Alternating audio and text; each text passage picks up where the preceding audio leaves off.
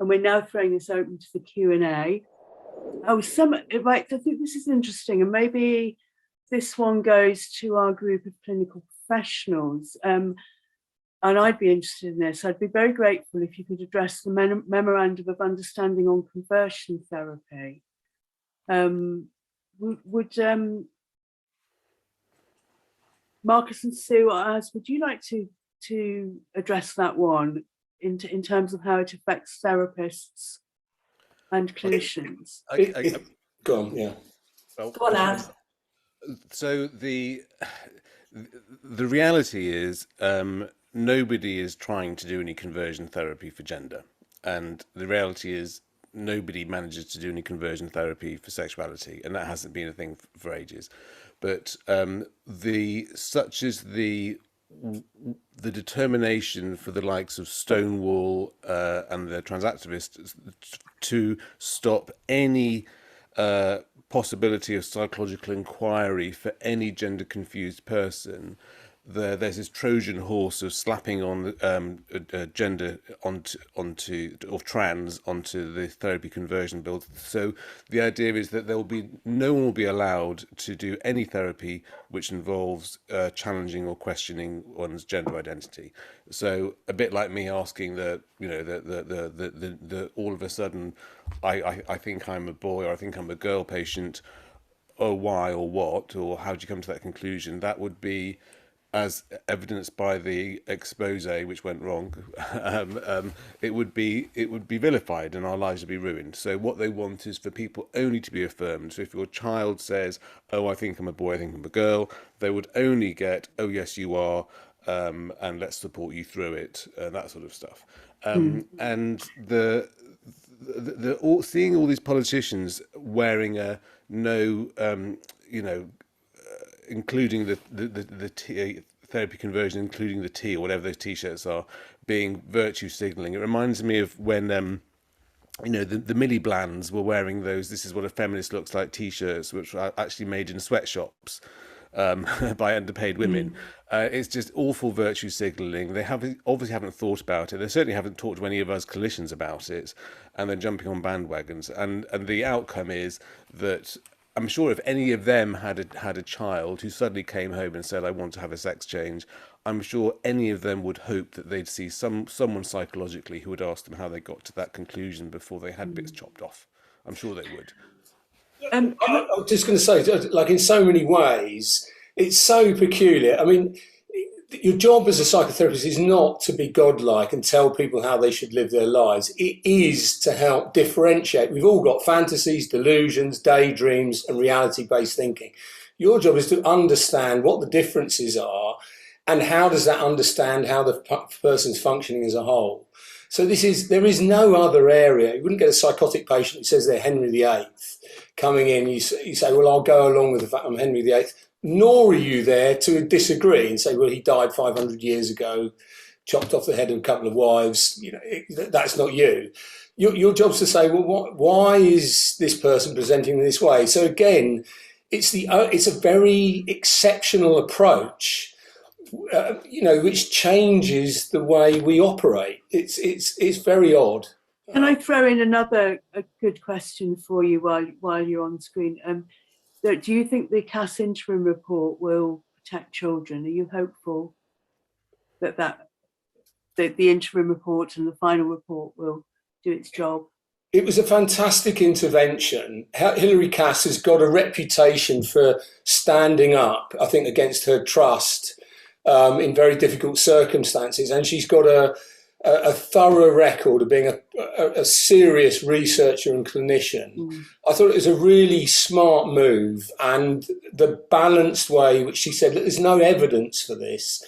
It is interesting to see how it still gets ignored. It's as if it hasn't been written the NHS is a big, complicated place, and it's affected by political ideology in this area, more than by sort of clinical thought and caution and research, which is disappointing. But That's the world we're living in. And I agree, and I think. Oh, sorry. I agree. I totally with Marcus. I think that Cass is an excellent clinician.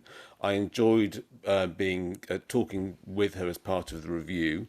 I think she's going to come up with, and she has come up with some very good things. Whether or not the NHS will then turn a blind eye is another thing. And it reminds me of when I was working at the Tavistock, when I was sort of overlapping with Sue. I went to the medical director at the time, and I didn't officially whistleblow, but I said, look, these are my concerns with this department. And he may as well have sat there with his hands on his ears. He smiled in this patronising way and then waited for me to leave the room and did nothing. But I was very concerned then. So, you know, whether the other thing about the Tavistock is one of the main criticisms of the Tavistock is that they're not doing any outcome data. There's no follow-up studies. So I sort of helped them invent the wheel in that when I was in 2012, so 10 years ago, I was doing a sabbatical in Australia, and I had a research team at the University of New South Wales, and we invented an outcome measuring tool for gender dysphoria. So we invented the GPSQ, the Gender Preoccupation and Stability Questionnaire. It's both a diagnostic tool to diagnose gender dysphoria, and it also measures any change in the level of dysphoria. And you can use it for anything, whether you're trying to measure the outcome of anything hormonal, surgical, psychotherapeutic, anything, any intervention which is meant to reduce gender dysphoria, it can be used for. It's a 14-item multiple choice questionnaire. It takes 5 minutes to do, and we had it. It's valid. It's reliable. We actually published it in the International Journal of Transgenderism before I got on their hit list. And we've got research teams who've done further studies with it. It's used in Australia quite a lot, and it's free to use. It's available and free to use. And I sent it repeatedly to the outgoing CEO of the Tavistock and to GIDS, and I've never once got a reply. And I've sort of been like a terrier. I've written about 10 times saying, this is the outcome study that you should be using. You don't have to invent the wheel. It's invented. You can use it for free. Not once have they replied to me, and that's quite odd. So the NHS has this habit of putting their head in the sand, even when it's blatant. It goes back to that certainty and lack of curiosity, doesn't it? Sue, what were you going to say about the Cass interim report? So I think, you know, she said what I think we kind of already knew, but she said it with the backing, and it was done, you know, in an official way, which I really appreciate. I was just thinking about your question about, you know, the regrets. I think part of it, and it sounds like sort of shameless self-publication here for us, I think what I keep hearing is now there's been a lot of publicity about the kids and the complexity and, you know, the promotion and whether there's contagion and so on and so forth. I think we've got some very straightforward, you know, they're complex in a sense, but there are things in there that almost every clinical team in the country, community mental health team, teachers could get hold of. My real frustration is, unlike the bestsellers amongst us, we're really small. As Ad said, sort of, you know, it's hard to get extended interest, and I just really, really hope, because I think what we've written about is what Cass's report we wrote before she gave her report, but so much of what we've said is in that Cass report, and I wish there was a way of putting those things together, because now we have the task. This isn't easy work. Kids don't just detransition. As I said, you can't convert someone like that. You can't say, oh, don't be transgender. The parents know that, and the kids feel it. So it is complex work as well, and I think we've got some really good tools here to do the work, this next step of helping the families, helping the kids. So that would be my only thing is so if anyone's got any ideas, you know, how to extend what we already know, you know, and as has written as well. That brings us on, and I'm going to put a couple of questions together here, and I'm aware that we're running out of time, so perhaps we could all give a short answer to this one. So one is, do we think that this ideology is on its way out? I mean, is it ending? Can we see that? And is the political situation now, you know, how is that impacting? But what do we all think about this ideology that's really taken over? Is it ending? Anybody like to go first on that one? Helen? I think it's like Japanese knotweed, and it's got itself through many, many institutions and places. And I do think we'll be able to get it out, but it's going to take the sort of patient untangling that and digging right down that will take a long time. And I also seriously worry about a rather general backlash against feminism, which a lot of people blame for this, wrongly in my opinion, but there you go, and against LGBT people as well, because people have really learned that LGBT acronym. So I really worry about it. I think it's going to be years and years, and I think very nasty things are going to happen along the way. Kath, what do you think?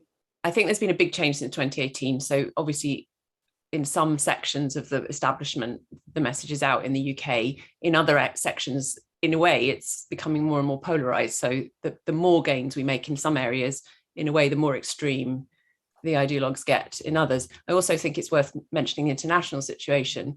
This isn't just about Britain. It's filtering through many countries, and some of them don't understand the background.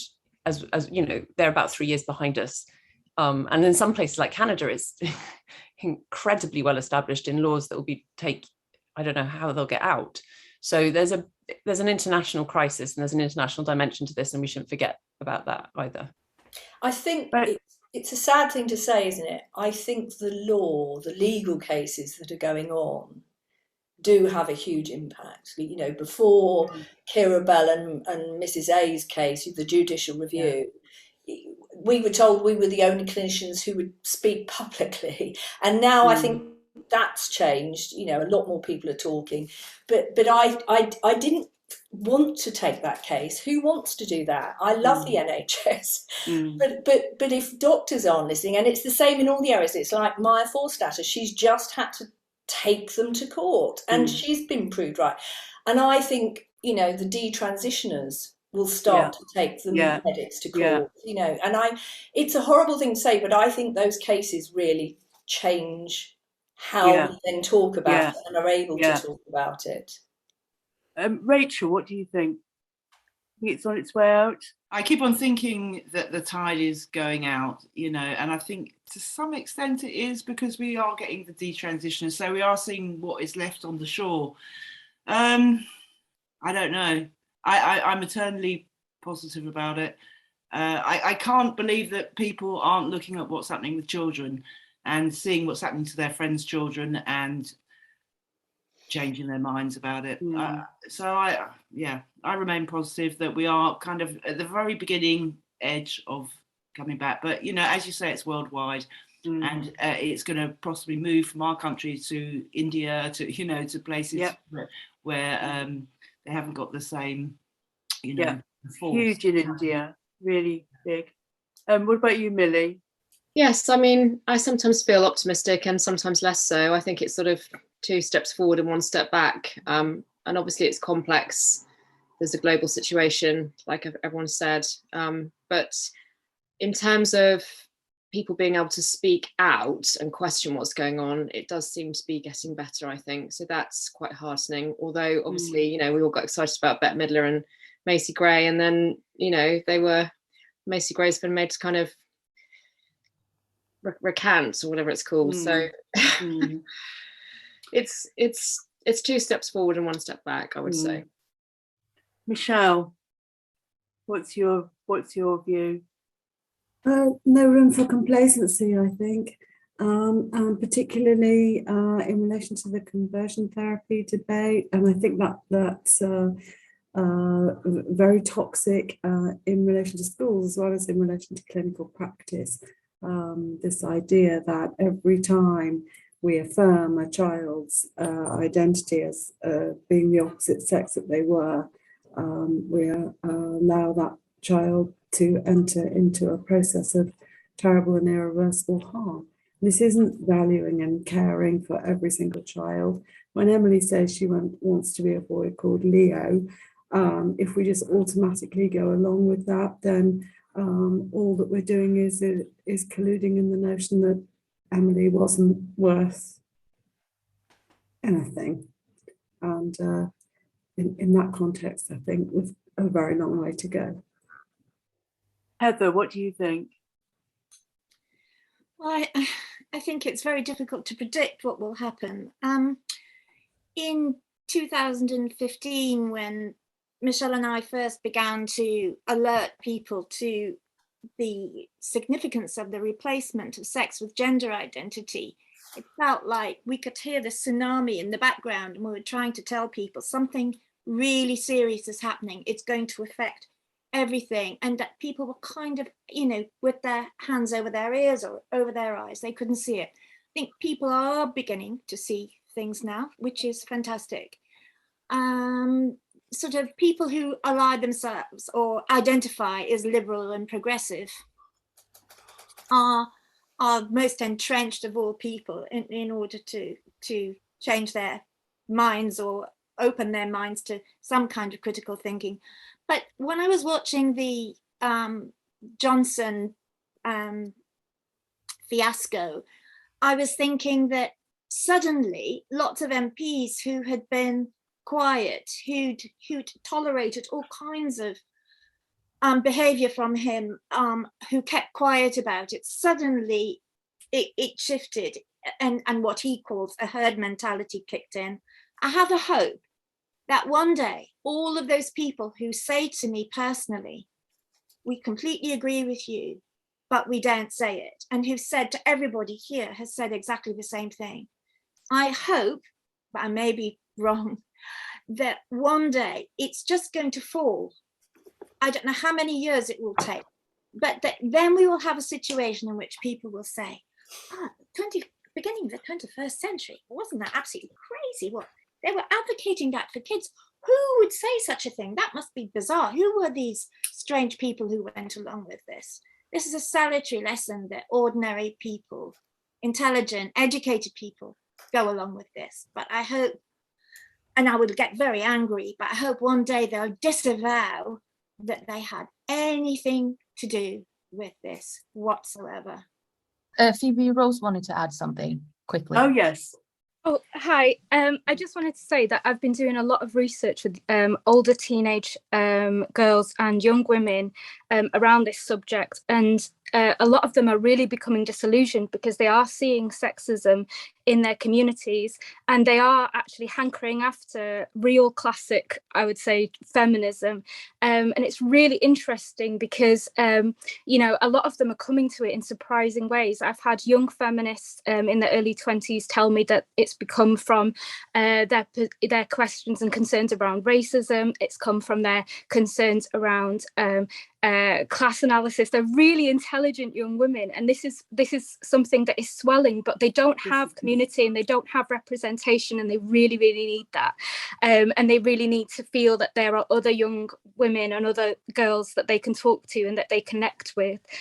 So I do feel like it's hopeful, but it feels really critical and crucial right now that there is as much support for them as possible, because at the moment they feel quite disheartened because they feel quite isolated. But I do have hope that things are shifting and changing. So I just really wanted to add that, because in my research for my next projects and things, I'm really quite excited by the surprising things that young women and girls are telling me. So I just thought I would add that.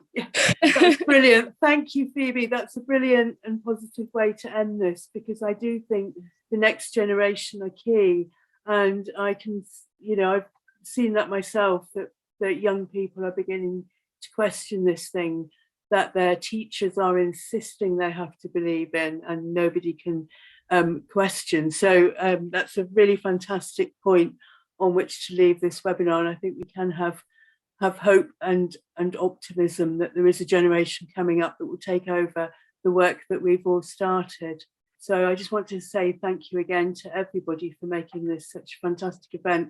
I feel like I've got, the creme de la creme here in my living room today to chat with me on this subject from all the really critical areas that we've been seeing gender identity ideology penetrate and take hold. I feel quite optimistic that the House of Cards is falling, but I also agree with Michelle that we can't be complacent. We have to keep doing what we're doing and take it step by step. So thank you to everybody who's attended today. I hope you enjoyed it. I'm sure you did. I think we learned an awful lot, even though we heard a lot before. So Thank you for attending. Thank you for supporting Transgender Trend. Thank you to our supporters who donate to us. We really do depend on you to keep going with this work, and we're really grateful to anybody who can manage to do that. Thank you, everybody, all the participants for supporting us in that today. And Stephanie, Stephanie, thank you. Yes, well done. Thanks, Stephanie. It's been such fun. Thank you.